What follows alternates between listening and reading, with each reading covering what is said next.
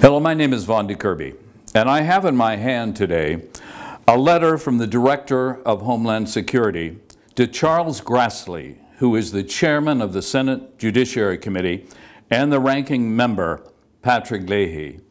But before I talk about the letter, let me give you a little history.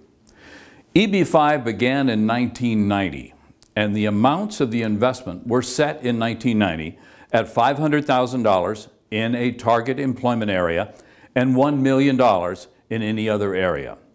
Then in 1992, the Regional Center Program was adopted, and it was a pilot program, and it remains the pilot program. It will sunset on September 30th, 2015. That means in September, the EB-5 program will change, and we really don't know how it's going to change. But one of the things that I wanted to let you know today is that it is probable that it is going to result in an increase in the investment amount. As the investment amount was set back in 1990 and 1992, it is clear that we have had inflation since that time, and it is predicted that the investment amount will increase by up to 70%. That means you would be investing probably over $800,000 to obtain the same immigration benefits you would at today's $500,000. I've been lecturing on this point now for over a year that I thought this was going to happen. But recently, in this letter, the Director of Homeland Security made it very clear that it is not only probable that this is going to happen, the question is how soon and how much the amount is going to be raised. One very important aspect of this letter is the Director of Homeland Security not only says that Congress could raise the amount of the investment. The Director says that they have the authority to raise the investment amount by regulation.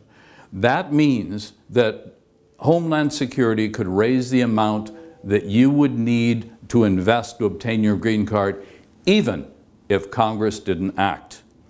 Now, the pilot program is the Regional Center Program you're familiar with. We all predict and we hope that this will be made permanent. But if it is made permanent in September, it will result in an increased investment amount. That is the recommendation of the Director of Homeland Security to the chairman of the Senate committee that is going to be adopting the law and putting it on the floor of the Senate. What does this mean to you? This means that if you have a real interest in obtaining your green card through EB-5, you should act as soon as you're able.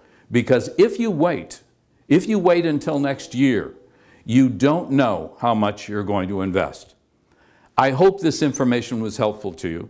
I recommend you talk to your investment immigration attorney soon and make sure that if you do want to apply for EB-5, you do it before the investment amount increases so drastically.